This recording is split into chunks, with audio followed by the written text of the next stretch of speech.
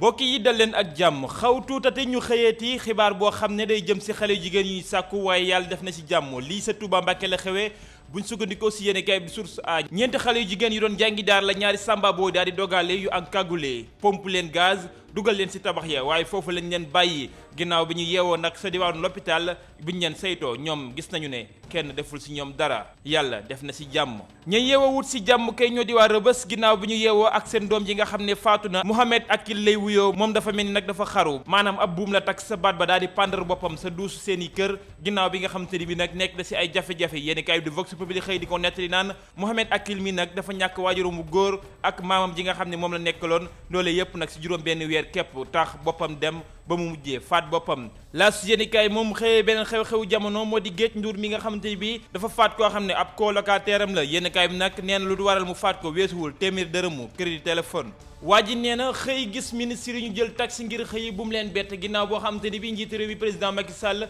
jël na ab dogal dakkal woto yi administration yi nga xamante ni bi ñu ngi ko jënd jamono ji bu ñu sukkandikoo si Walf Quotidien Macky Sall dafa dëgg si frein bi Libération naan mbambulaa gi nga xam ne moo amoon si jëndi woto yi nag mooy li nga xam ne moo merloo ba futt ki nga xam ne moo di président Macky Sall ak ay millions yu bëree bëri yoo xam ne ñu ngi ko si tudd tax kii di président Macky Sall wax ne googu lay jënd woto gu du dagg nañ ko dakkal mbambulaa ba léegi la yéenekaay bi di Les Échos gis ginnaaw bi nga xam te ni bii Macky Sall jël na boobulee dogal président de la République nag dakkal na googulee mbambulaa buñ sukkandikoo si yéenekaay bi di Les Échos loolu yëpp nag Macky Sall ne nañ ko tegaat si suuf na dakk L'Observateur moom gis na ne am na lu lax su boobulee décision nga xam ne président de la République jël na ko moom nee na scandale juróomi milliards moo lax si ginnaaw boo xam te ni bii nag ministre yaa ngay jënd woto gudul dakk waaye tamit di ko defee noo xam te ni bii si seen teeg bakkal lañ koy defee mel ni nag loolu yëpp dakkal nañ ko si décision njiiti réew mi foofu c'est palais de la République mel ni réewum Sénégal dafa jaar ci tànk yi Rwanda Macky appuie sur les freins mooy li nga xam ne moo fës ci xëru njëkku yéenekaay bi di L'As Quotidien moom it xëyee boobu lee xibaar ak kàddu syndicat yi nga xam ne ñoo boot ci administration bi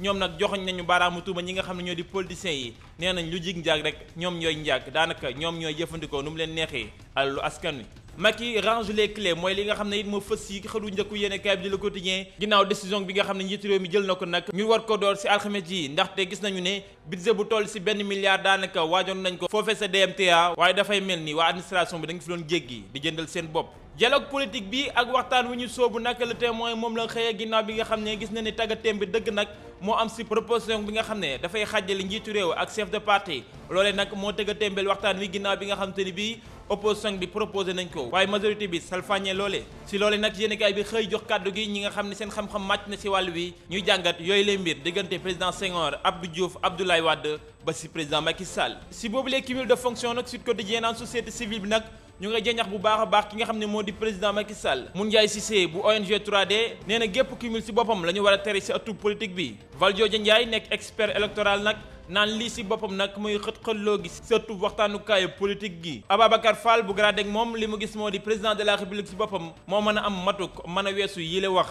bàkku nañu jëm ci lamb ji ak suñu lamb mi xëyee combat bi war a dox diggante Modou Lo ak Ama Baldé dafay mel ni nag mu ngi naan am na ñaari promoteur yoo xamante ni bii ñoo bëgg a suuf Luc Nicolaï jamono ji nga xam ne mu ngi nekk ci ay jafe-jafe yéenekaay bi fësal ci xëtamu njëkkam ba léegi nag combat Siteu ak Papa Sow bi war a am juróomi fan ci weeru avril bi ñu dëgmal en direct ci ITV ak iRadio mooy li nga xamante ni bii moom la duppee choc de l'indépendance jàpp ne lépp dinañ ko firndeel ci alxames ji nga xam ne war nañoo janoo face à face bi ñuy amal moom it en direct ci ITV jërë ngeen jëf mbokk yi dig daje ba ëllëg incha allah